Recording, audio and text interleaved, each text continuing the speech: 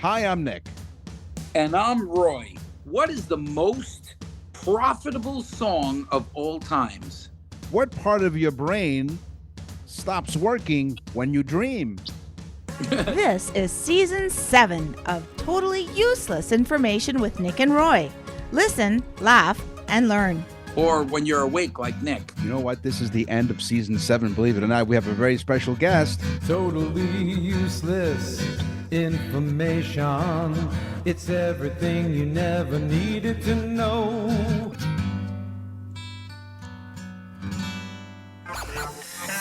Welcome to the Totally Useless Information Fashion Show.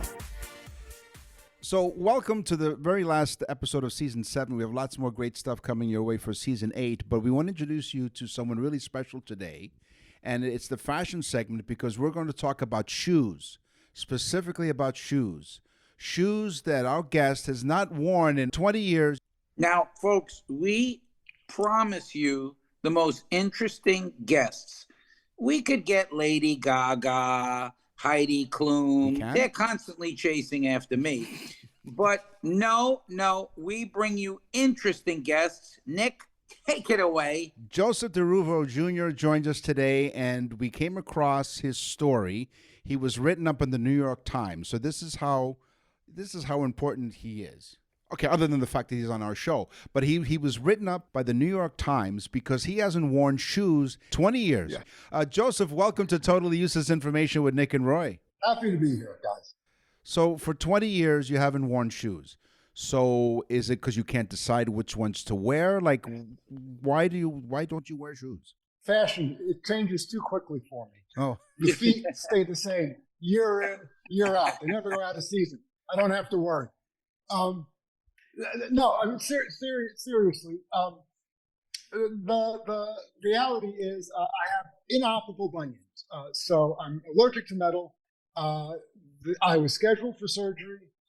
They did a metal test on me, and there was no way they were going to be able to put a metal plate in my foot, in both my feet, to correct for the bunions. So that was off the table. And with that being off the table, in that interim, I had already been starting to go without shoes because the shoes were just so painful. So by the time we got word that they weren't going to be able to do surgery, I just decided, forget about it. I'll just go shoeless from here on out. So you couldn't wear shoes without it being in excruciating pain, correct? Yeah, I mean, it's not just finding shoes that fit. It was that the weight-bearing muscle and joint on my foot was being moved over. So normally your big toe carries the brunt of your weight as you step off. But because my big toe was not where it was supposed to be, I was carrying all the weight on the inner metatarsal, and that was just continuously inflamed. When I'm barefoot, I can roll and I can kind of control where my weight is being carried. But once I put shoes or even flip-flops. Is it phalanges or tarsals? It's metatarsal. The metatarsals. The metal, yeah. Right, but they can carry a little more, distribute the weight between all of them then. That's right. If my foot is not restricted in its movement. Sure, right. Oh my God. So that must have been terribly painful. And there's no operation that you can do. Not that I've heard of yet, because all of it is kind of dependent on putting a metal plate. Once they cut the joint and once they rotate it, they patch it back with a couple of bolts and a plate, and there's nothing that they can put in me. They can't use any other material other than metal? Like, can they come up with other space-age polymer or something that they can try to figure out? I mean, listen, 5 years out, they might be. And I would consider it, but I'll tell you now though, even if they could, there's another aspect to this, and I have sensory integration issues. So not having any background, sound, smell, what's on my body, what I feel, all of that is just in the foreground. So when I am able to feel the ground, I level out. There's just a little bit more calm. when I can't feel the ground, I get a little bit edgy, and it's not a good look. Yeah. Okay. So now I got a question for you, because I was in the restaurant business, and of course we had the sign up that said no shirt, no shoes, no service. So do you have a problem getting into? I probably could imagine your favorite restaurant is a soul food restaurant. Yeah, Roy knows everything about soul. Yeah. No, go ahead. So do you have problems getting into restaurants? Listen, okay. The truth of the matter is I'm allergic to there's a lot of food that I'm allergic to. And restaurants are noisy and there's a lot of people. It's not a place that I would be of my own first choice. Usually if we're going to a restaurant, it's because we're being invited by friends and I'm going for the company. I'm not going to eat. So yes, if I am trying to be accommodating, I have a pair of what's called Vibram 5 fingers. It's like a glove for your foot. And I'll to get in the door, I'll wear those and then I'll take them off as soon as I'm sitting down and I'll walk out barefoot. But going shopping and doing all those things, if I have to do those things, I'll go in barefoot because I'm going into a place that's already not particularly comfortable for me. It's already putting me on edge.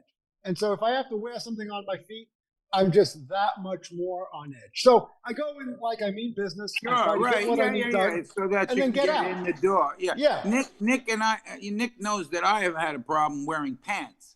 Yeah, and that's been a problem because I couldn't find the proper underwear until man-made. We'll talk about man-made underwear later, but I had a problem wearing pants in general. So and the sign on the restaurant door did not say, right. no shoes, no certain. Oh no, I had pants. Shoes. I had a shirt on. It's just I had no pants or undergarment. You were good. On. Yeah, right. Exactly. You make a great point, right? So it's a process of elimination. They didn't say no shoes, no shirt, no pants, no service. Oh no, I made a point, okay? You did. Wow. Okay. So all right. So it's not. So even if you were able to wear shoes, going into restaurants because of all the other issues that you described, you wouldn't be too comfortable in restaurants anyway because of the allergies that you have with foods and just the sound perception as well. Joe, may I add that you're pretty damn screwed up. Oh yeah. No. Listen. No. I'll say. No kidding. No kidding. Yeah. But I'll tell you this, and I try to make this point right off the bat. Sure.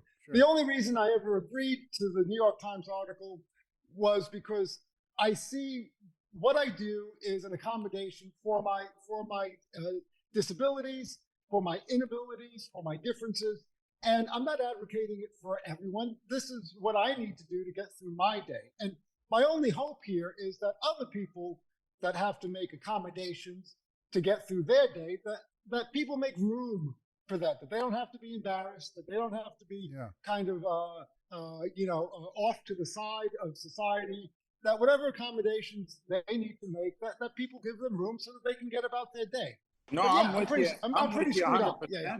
So I'm with them on that because we make accommodations for so many different things, especially nowadays. We make accommodations for everything. So but you're wearing glasses, right? Yeah, exactly. That's an accommodation. Someone needs hearing aids, someone else needs a cane, someone needs a walker or a wheelchair. Those are all accommodations. Nick needs somebody to usually think for him.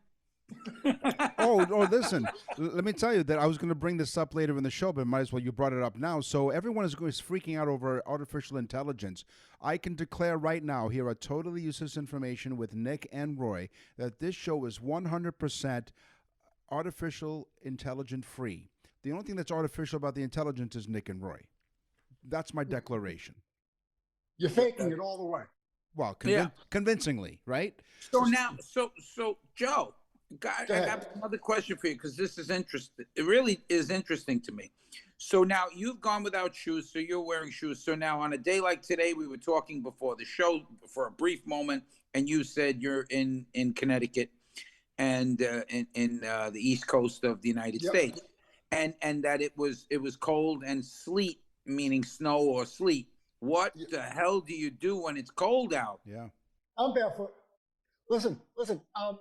the only time I'll wear boots or moccasins is if I'm shoveling for a couple of hours. I mean, we've got the whole sidewalk in front of us. I've got a long driveway. I've got the back of the house. If it's snowing enough and I have to shovel, usually I'm out for a couple of hours. I'll wear something on my feet. But if I'm just clearing a path in front of the house, or I'm brushing off the car, I'm going about my business, I'm doing all of that barefoot. Okay. You get used to the feeling. Okay, fair enough. But let me ask you this, though. So as you're walking along, have you come across where you step on a piece of glass or a stone or something? I mean, that's got to hurt. And what do you do in a situation like that? Okay, number one, reading through comments, right? Because the story hit and Instagram hit, and there's lots of comments. People have comments. Of course. I am uniquely made for this. It's not like one day someone just gets up and go, "Oh, I'm not wearing shoes anymore. I'm protesting. I'm going barefoot." I work out 3 times a day. I teach Pilates. Movement, how you move, how you go about movement. This is what I spend my whole time working through and thinking about. If you're right-handed and you lose your arm, you go to physical therapy and you learn to use your left hand. Right. So going without shoes is a learned process of how you pay attention to what's in front of you, how you carry your weight, where your balance is when you're moving.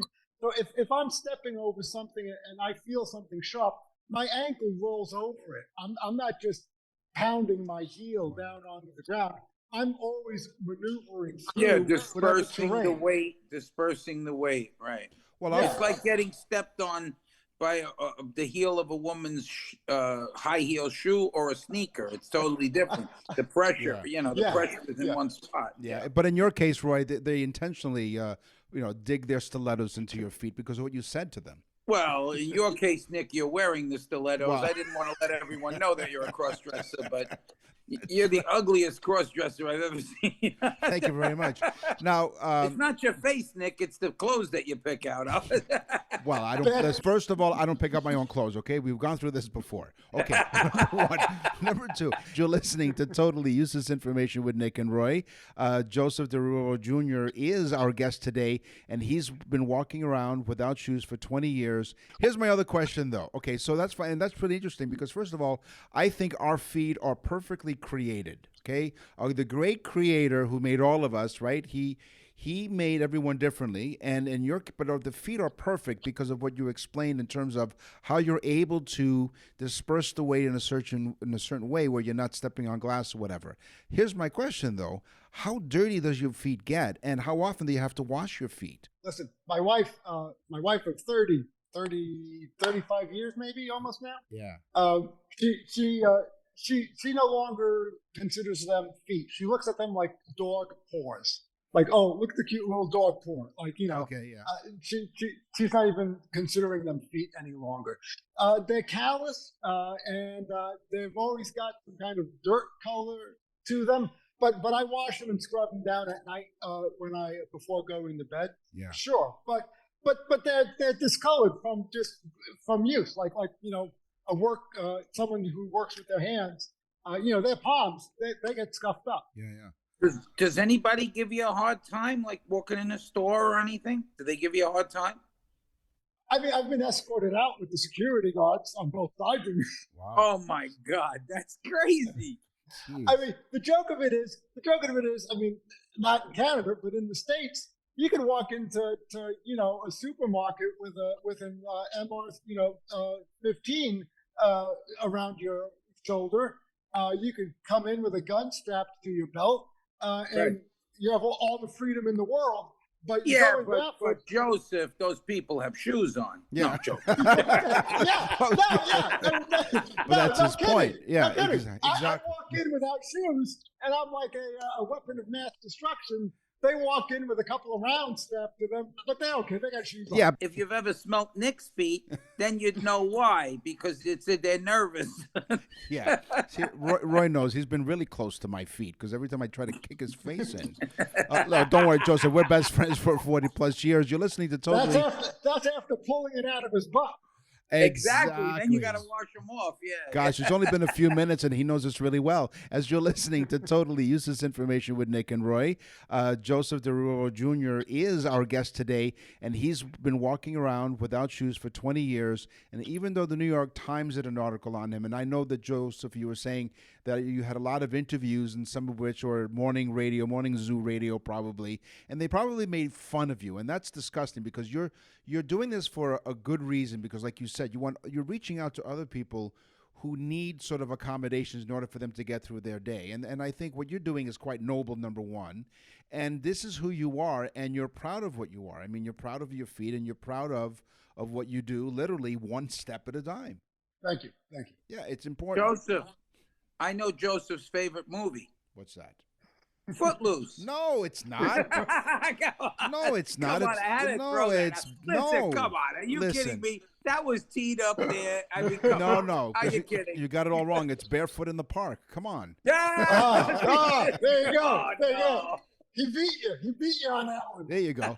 So what's next? I mean, you're going to do this for the rest of your life. I mean, so let me ask you this question. This came to my mind. So you teach Pilates. That's like, it's like you're riding on a bike, but which is perfect because most of the time you're not wearing shoes for Pilates, right? So it's and I mean, Pilates was developed by Joseph Pilates, and he was a boxer, and he trained boxers originally. That's where the exercise came from, and so.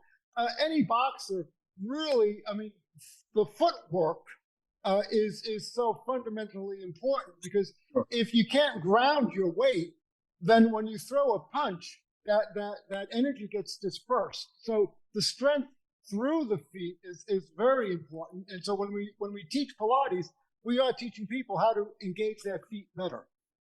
Yeah, I'll tell you the truth. I mean, we have all types of different people on the show. And when I first read this, Nick sent it to me, and I read this and I was like, oh my God, I mean, I'm sure that you went on radio shows and there's a million jokes they throw at you. But this is a serious thing, and people don't understand that. Well, it is. It's a serious problem for you. It is, Listen, anyone that needs accommodations, it can be a problem for them. Look, let's say you sleep at night and you have to have all the lights out. There can't be any light coming in. That's how Nick's wife feels. Yeah, that's what she prefers. Yeah, she wants all the lights out as dark as we possibly can get it. Yeah. The coffin opens up. She gets in. The coffin closes. Oh, Exactly. Nick. There you go. Wow, we just met, Joseph. My goodness, I'm blushing on a podcast. That person, if they have to go on a business trip and sleep in a hotel, I mean, they're kind of panicked because they know what they need to accommodate for them to sleep.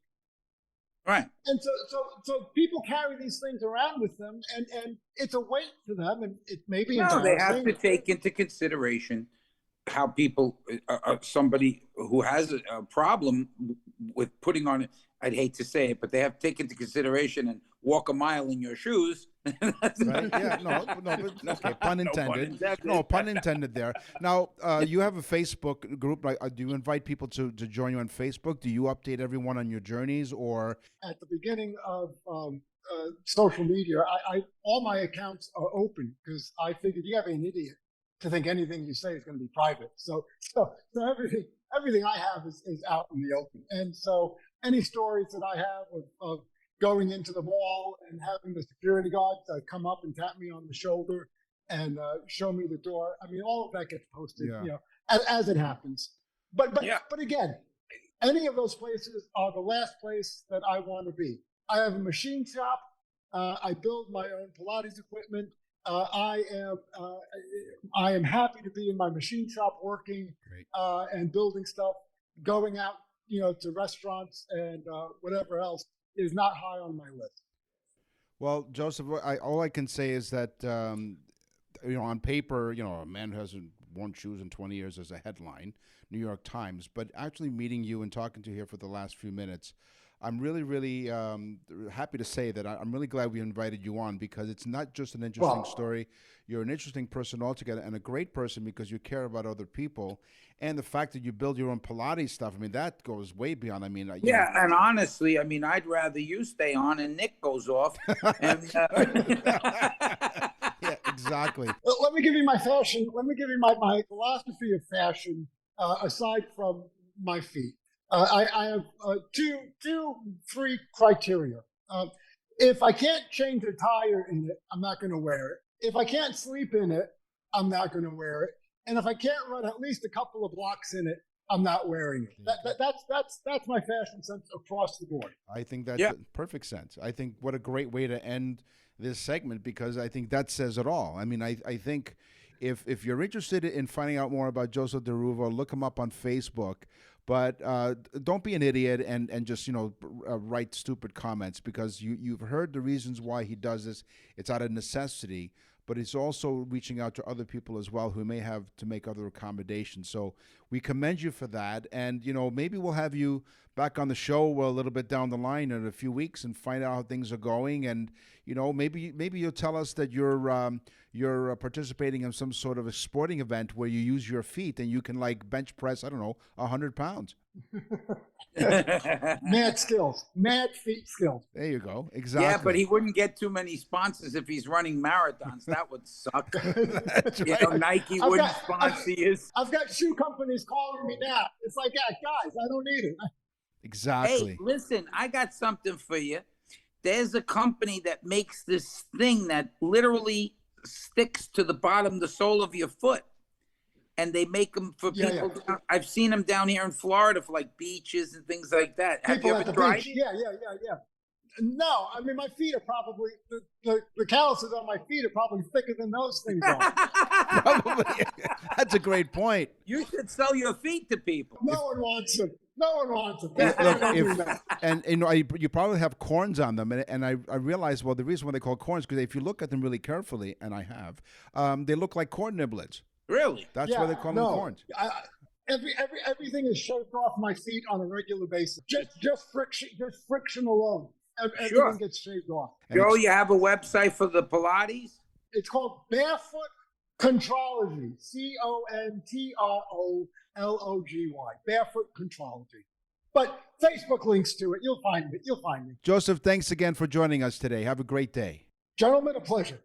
Thanks, Joe. You're listening to Totally Useless Information with Nick and Roy. I heard that you have a guest, Nick. Well, Roy, thank you very much. I really appreciate that. Yes, I do have a very special guest. And now I do live in Toronto, Canada. I know you live in Fort Myers, Roy, but I'll tell you, there's many, many different wonderful things about the city of Toronto. You come to visit as a tourist. There's something about Toronto that people don't know about. A lot of things that people don't know about Toronto, and that it can be really bizarre.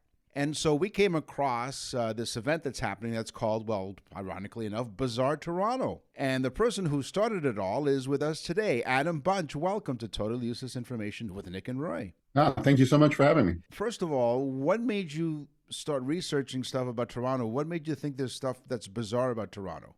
Well, I've been writing about the history of the city for many, many years now. And I think Toronto and even Canada as a whole really has kind of earned a reputation for being a place that doesn't always value its history enough, whether it's all the gorgeous old buildings that have been knocked down in Toronto, or people all across Canada maybe having an idea sometimes that our own history might not be that interesting, might even be a little bit dull.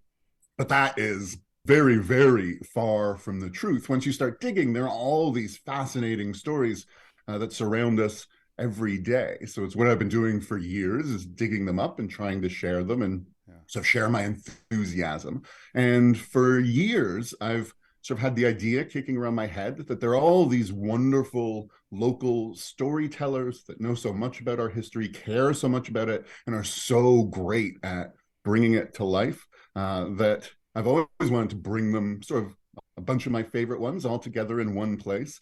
And sort of what more interesting and hopefully fun a lot way to do that than to really dig into some of the strangest, weirdest, most unusual stories that you can find in Toronto, of which there are a ton, and yeah, sort of share them and see not just how strange they are, but also what they can teach us about the city and how it works and its history. I mean, that's all wonderful. And I do know that living in Toronto for many, many years, I was born here.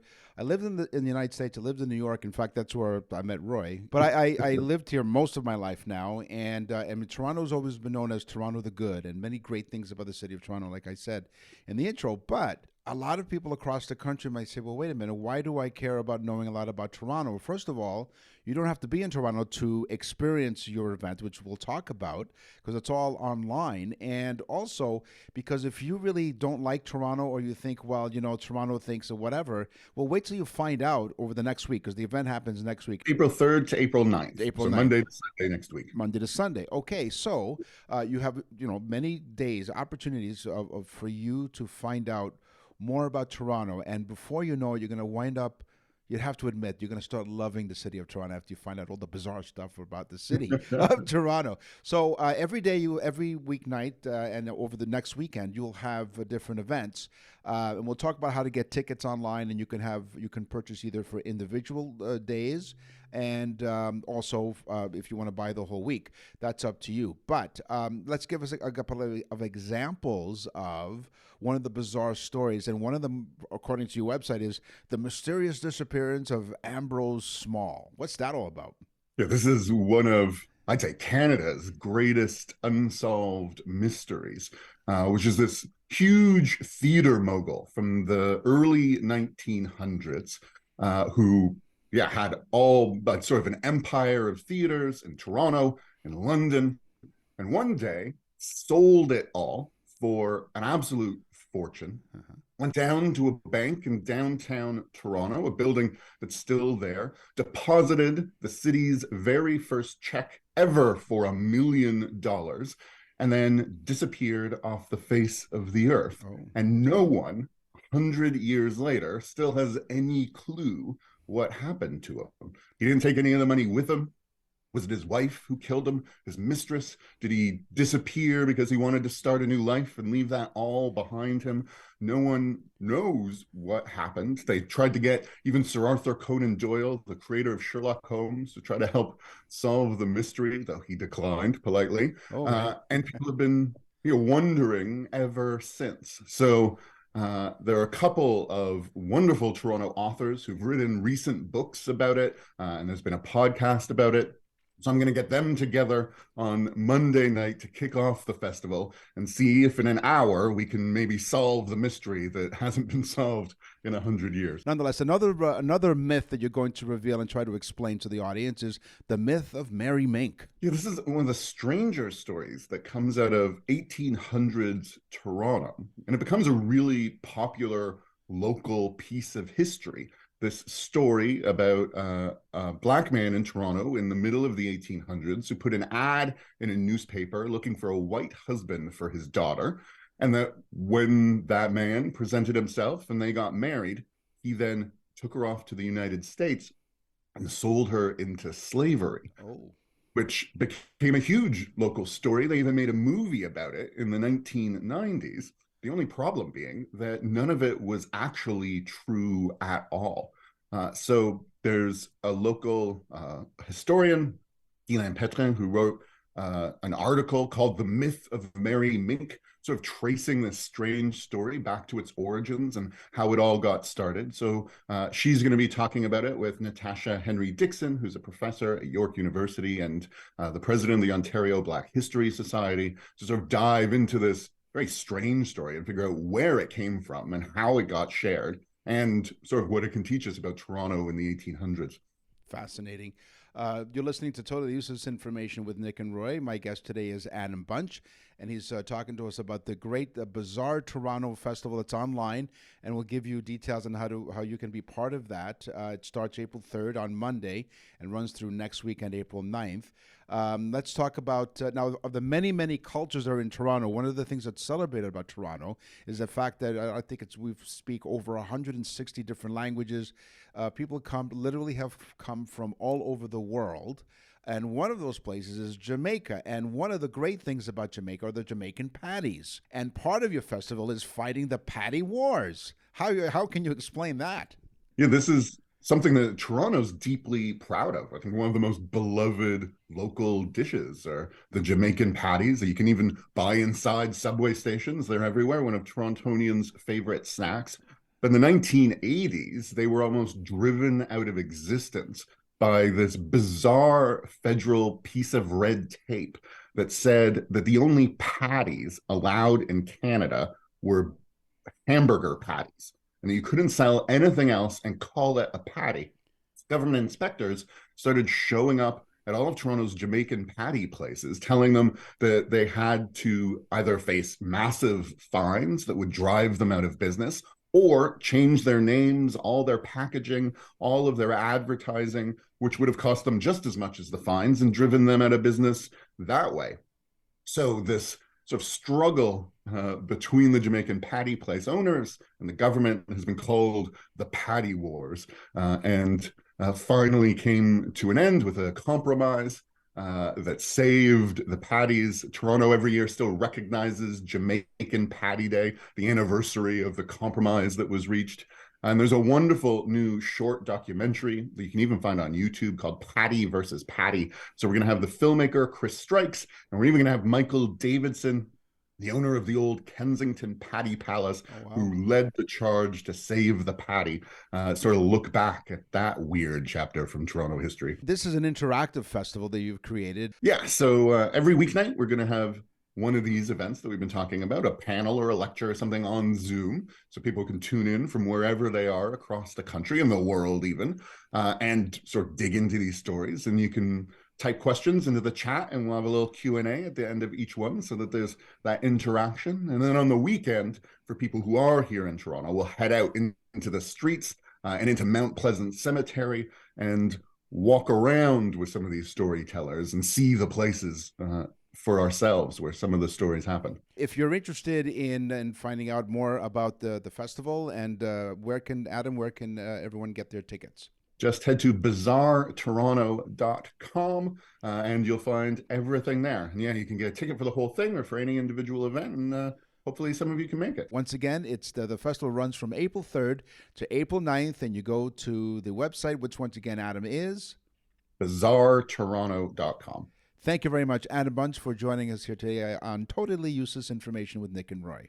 Thank you. Hey, Nick, did you go on our site? Nick and I go through the mail, and we go through and find mail that we like to talk about. Right. But our mailbox is exploded with all people, because we're doing a lot of birthday messages. And if you don't know about that, you go to nickandroy.com and you hit on the Nick and Roy store, and you'll see we do birthday messages, anniversary messages, and we also give you a little sample you can listen to.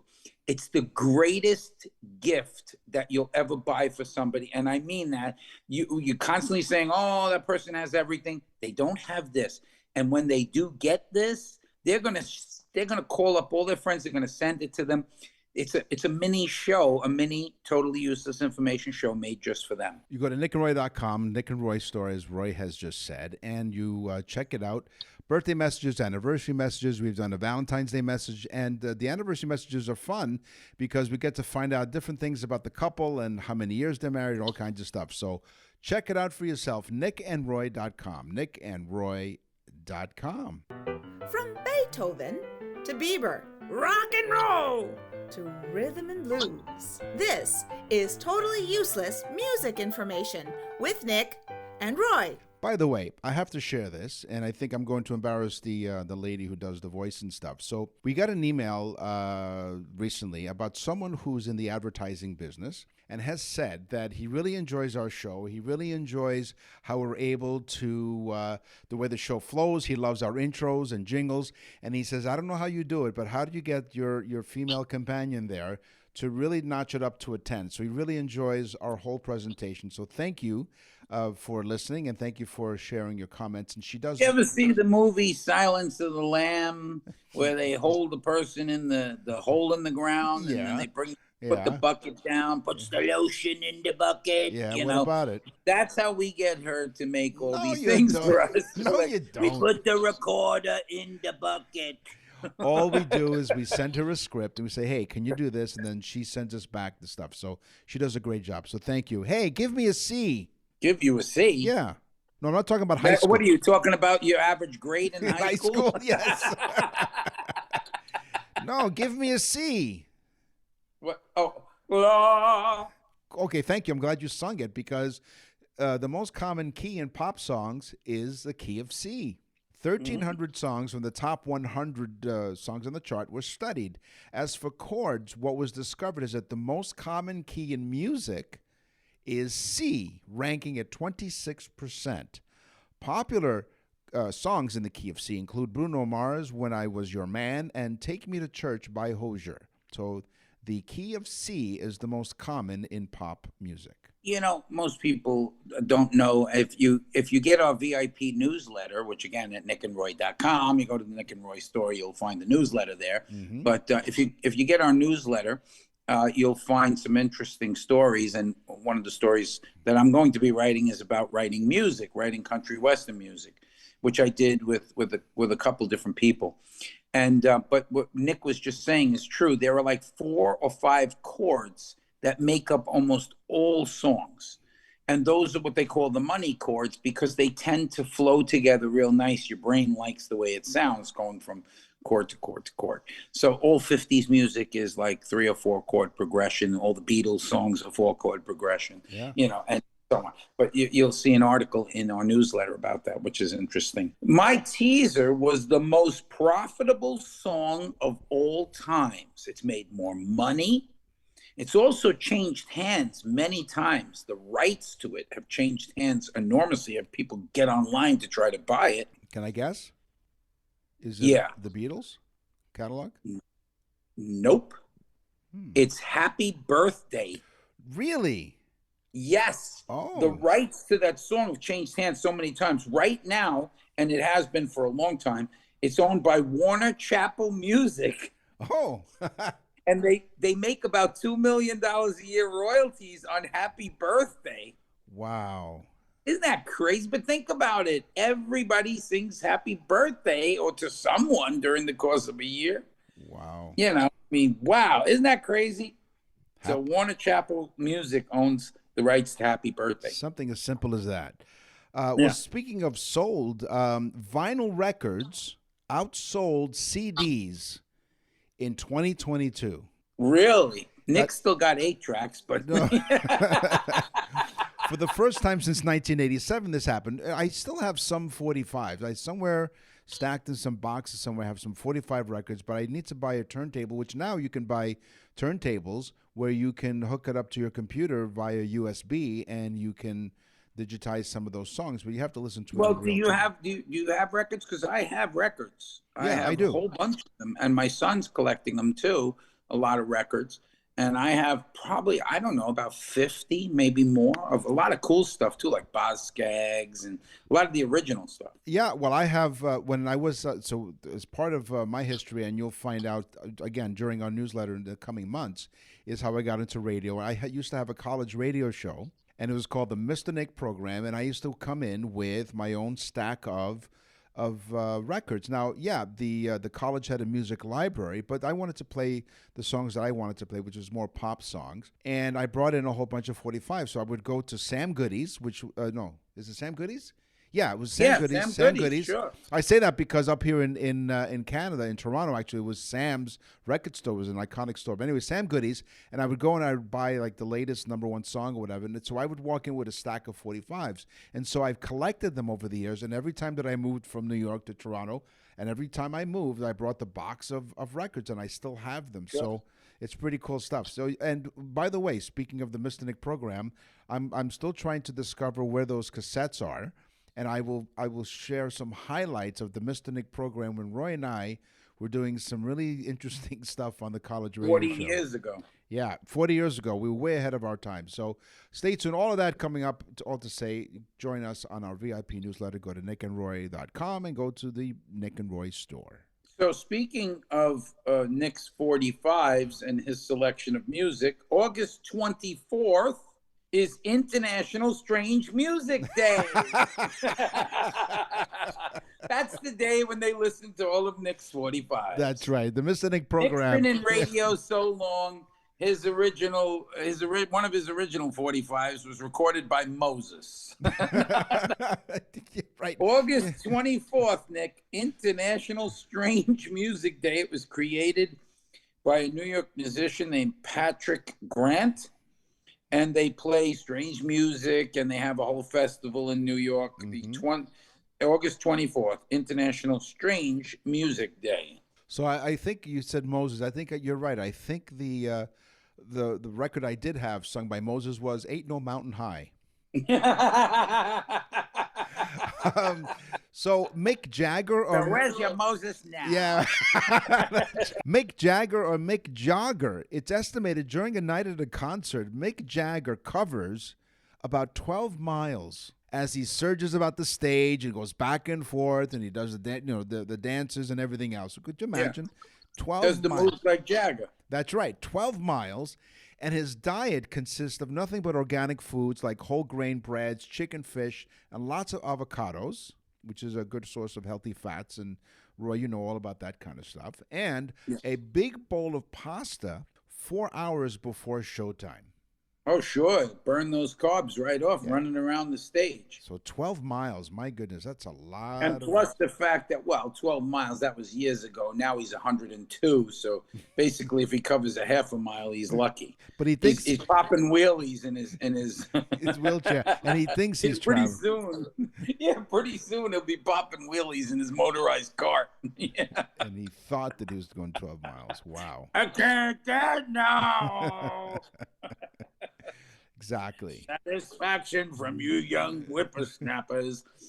Okay, I've got a bonus one too, Nick, today, but I'm going to give you this one. A study done in Pava, Italy, has shown that music can improve your cardiovascular system. Now, get ready for this one. When you listen to music, it changes, the modulation of the music changes your blood pressure. It's done through the beats. Your blood pressure, the modulation of the beats changes your blood pressure, and they realize now that it'll speed up the rhythm of your heart and slow it down and speed it up, which is kind of like a workout for your heart.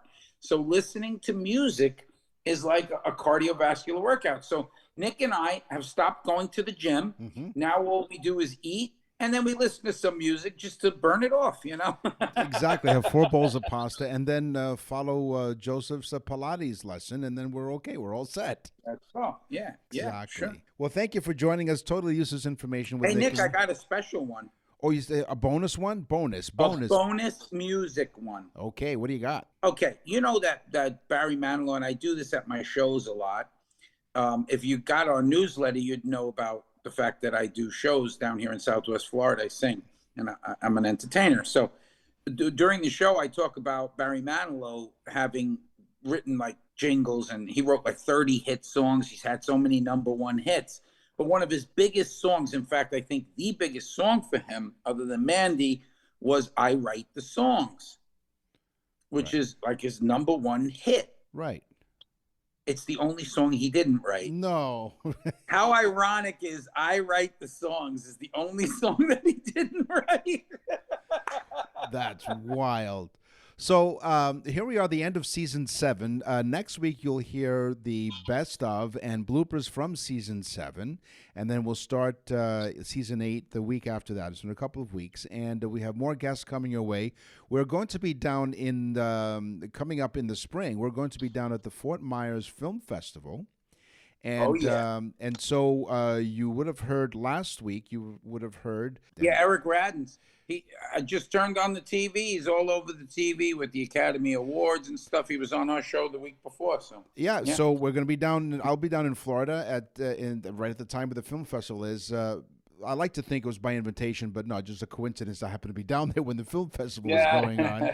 But we're going to be down there. We're going to be part of the film festival, and we have some special shows coming your way, all coming up in season 8. So we thank you very much for listening and your support. We are now in, and I have to tell you this, Roy, I didn't tell you this. I'm telling you this for the first time on the show. We are now in 68 countries because Peru has now joined the global neighborhood of people who are listening to Totally Useless Information. I love that water. Yeah, Oh, and it I'm comes sorry. from Isn't France, that where it's from? your favorite place. Perrier from Peru. Yeah, exactly. No, from France. I know. This is where you're from.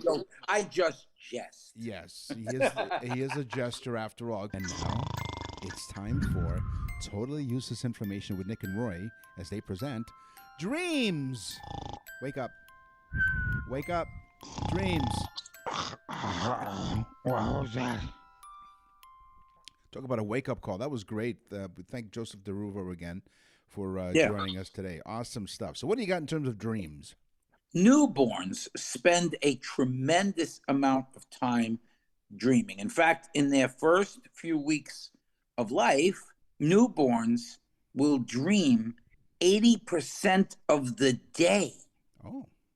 Yes, they're in a REM sleep for 70 to 80% of the day and dreaming all the time. The brain is reacting unbelievably fast because there's so much to learn. Well, they can teach us a thing or two. Listen, laugh, and learn. Dreaming is most common in the morning. You might find you remember most of your dreams better just after you've woken up in the morning.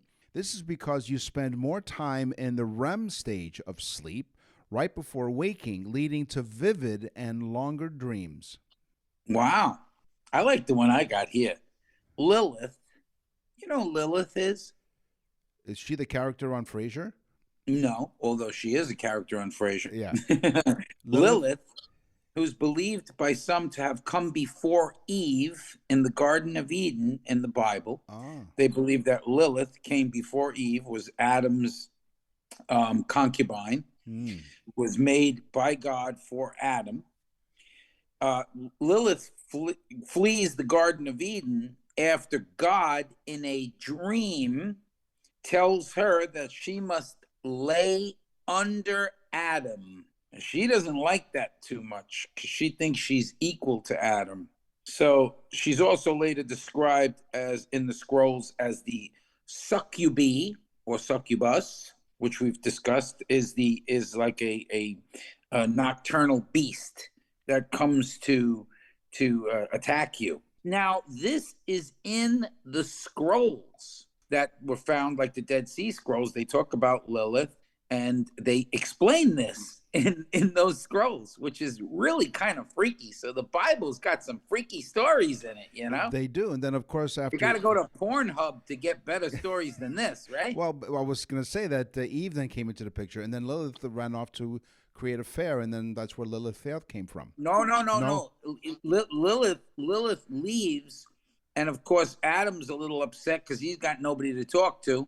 Right. So God takes a piece of his rib to create Eve, and I think I said Eve left, Lilith left. Right. And then God takes a piece of Adam's rib to create Eve, and so that he has a companion that's made from him, so that she will then lay under him, whereas Lilith got a little bit uppity and upset and thinking that she was equal to Adam. But as we all know from the Bible, women are not equal to men. Oh, wow. A sexist might say. Yeah. The editor might leave in. They've shown in studies that less stress leads to better dreams. Stress and other negative emotions lead to problems like depression and high blood pressure and bad dreams, too. Once you achieve a greater sense of inner tranquility, you'll have better types of dreams. One listener said they listen to our show to laugh, relax, and fall asleep quicker. Yeah, you've been known to put people to sleep by talking to them. Well, I was going to say, I think there was a compliment in there somewhere. So thank you. Listen, laugh, learn, and fall asleep. New slogan. During REM sleep, blood flow increases to the brain. But not only that, the brain temperature increases. And in most cases, men experience erections during REM sleep. Oh. But did you know this? Women experience erections in their clitoris. What? Yes, during REM sleep, a woman's clitoris will receive large amounts of blood flow and will also become erect. Talk about bumping into each other in the bed. Yeah, man, things that go bump in the night. Exactly. Part of your brain. Hopefully, you have a bigger tent on your side. Well, I never did enjoy camping. So here's my teaser. Here's the part of your brain that shuts down while you dream or listening to totally useless information with Nick and Roy. The part of your brain that makes sense while you're awake is the prefrontal cortex. Which Nick does not have. Right. Yeah. Mine's in the back. It actually shuts down. It actually shuts down when you dream. This leads to dreams taking on their bizarre and sometimes nonsensical dreams. Again, you're listening to totally useless information. This is because your brain cannot reason while you're dreaming because your prefrontal cortex is not working. And so sometimes the dreams just don't make any sense. You're listening to totally useless information with Nick and Roy. Hopefully you haven't fallen asleep, but thank you very much. If you're still awake. Are you kidding me? How could they fall asleep, Nick? Go to our website and send us an email. What's in the mailbag? What's in the mail? That's funny. That was Nick's nickname in high school. What? Jester the Virgin Tester. Right. Exactly. It took me 4 years. Rosie from Hartford, Connecticut.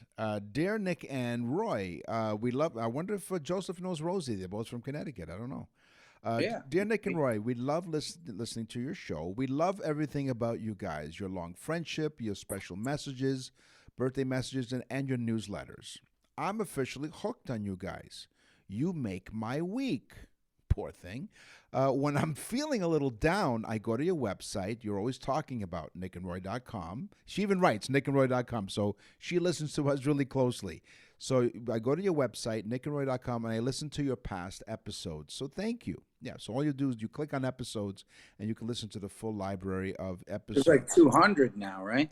We're approaching 200 really fast, and we'll do a special show just for that. In the meantime, here's my question. She writes, we love pizza. And my friend told me that the longest pizza in the world was made in Italy in 2016.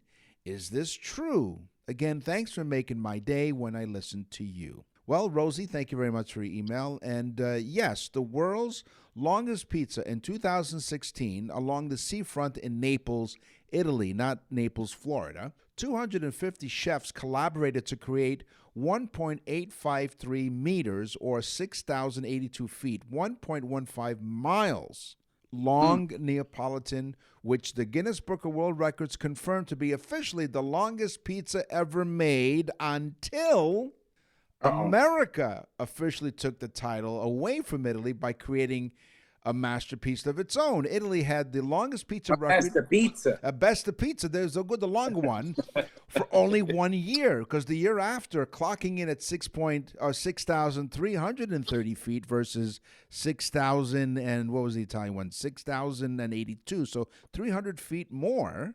Wow. This pizza was assembled at an Auto Club Speedway, which itself is around 2 miles of the track. So according to the Eater publication, the pizza was constructed with gas convection oven on wheels, and they now hold the Guinness World Record of the longest pizza in the world. So there you go. I was going to say they're better off making it on Venus. It would have cooked itself. Yes. Yes. Men are from Mars, pizzas from Venus. Yeah, they took all those pizzas and they brought them up to this tower, and now it's called it got so heavy, Right. now they call it Leaning Tower of Pizza. Yeah, it's top heavy. Boy, that was a long way to get to that joke. Yeah, a long way to get to a short joke. What's your Okay, I have a cool one here. Brigitte, I think it's Brigitte or Bridget, but I think it's Brigitte. Brigitte. She's from Belgrade, Serbia. Oh, okay. One of our countries. Cool. Yeah, one of the Belgrade, 68. Serbia. Yeah. Lots of friends speak English like me, and we love you guys. We love your show. Great. So all her friends listen as well that speak English. We want you to visit us in Serbia. Please take a look. And she sent a bunch of pictures of her and her friends. Mm-hmm. Well, Bridget, thanks for the group pictures of you and your friends. Right. But Nick and I are both married, and I think explaining to our wives that we're taking a trip to Serbia to go visit Brigitte and her friends is a bit of a stretch. Well, I was going to say, both our wives suddenly become travel agents, and they booked us one-way flights. Yes, but Nick and I are mesmerized at the lack of clothing in Serbia. No, I'm joking. Yeah, it was in another region, just out of. They were very neat, nice pictures of her and her friends, and they actually have one picture of them standing by a radio, which I thought was actually very funny. Well, which we should put in the newsletter. We will, but I don't know if we can do that. Okay. Or if we so should. Anyway, if we could, or we should. We are flattered, Brigitte. We're both very flattered by your offer. Thank you so much. But maybe with the wives we'll come to Serbia. How's that? What? Brigitte sounds familiar. That name, wasn't it one of the kids in The Sound of Music? Brigitte? Yeah. Yeah. Nick, don't go there, Nick. No, listen. Because one of our high school friends who was in The Sound of Music and the production of The Sound of Music also listens to our show. And one of them actually is Donna Morales, who played one of the nuns in The Sound of Music. So hello, big shout out to Donna. And also to Stephanie. Stephanie, she played Brigitte when we did The Sound of Music in high school. So hello, and to everyone else who went to Christopher Columbus High School. Hey, go to our website, like we said, go to nickandroy.com. I think at the time she was 16 going on 17. That was somebody else.